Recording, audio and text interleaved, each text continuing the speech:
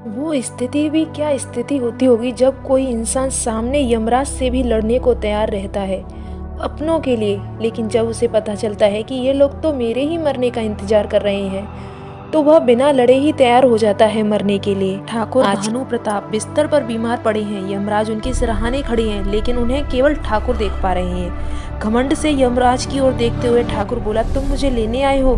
देखो मेरे आलीशान कमरे को, बाहर देखो, मेरे दोनों बेटे मेरे ठीक होने के लिए यज्ञ करवा रहे हैं। मेरी बहुएं मेरी सेवा में लगी हैं।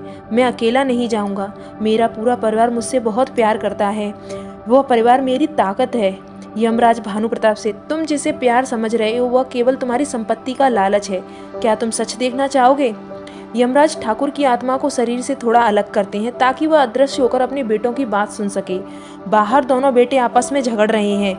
बड़ा बेटा कहता है, अरे ये बूढ़ा मरता क्यों नहीं है? हफ्तों से सेवा का नाटक कर करके थक गया हूँ। अगर आज यह मर गया तो शहर वाली जमीन मेरे नाम हो जाएगी। छोटा बेटा कहता है, जमीन तुम्हें क्यों मिलेगी? मैं पिछले 2 साल से इसके नखरे झेल रहा हूँ। वकील ने कहा था कि अगर बापू ने साइन नहीं किए तो वसीयत फंस जाएगी। काश मरते मरते वह साइन कर दे।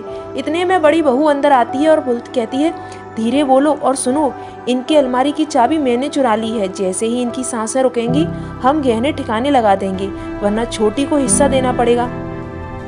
ठाकुर यह सब सुनकर कांपने लगते हैं। उनका वह घमंड कि मेरे लिए जान देते हैं एक पल में टूट गया।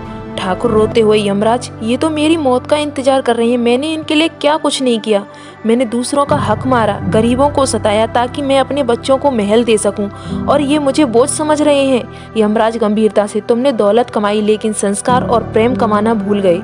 तुमने सोचा था कि तुम्हारे पैसे तुम्हें अपनों की नज़रों में ऊंचा रखेंगे, लेकिन हकीकत में वे केवल तुम्हारे मरने का इंतजार कर रहे हैं ताकि वे उस पैसे को बांट सकें। ठाकुर गिड़गिड़ाते हुए, मुझे बस 5 मिनट दे दो, मैं अपनी वसीयत बदल देना चाहता हूँ।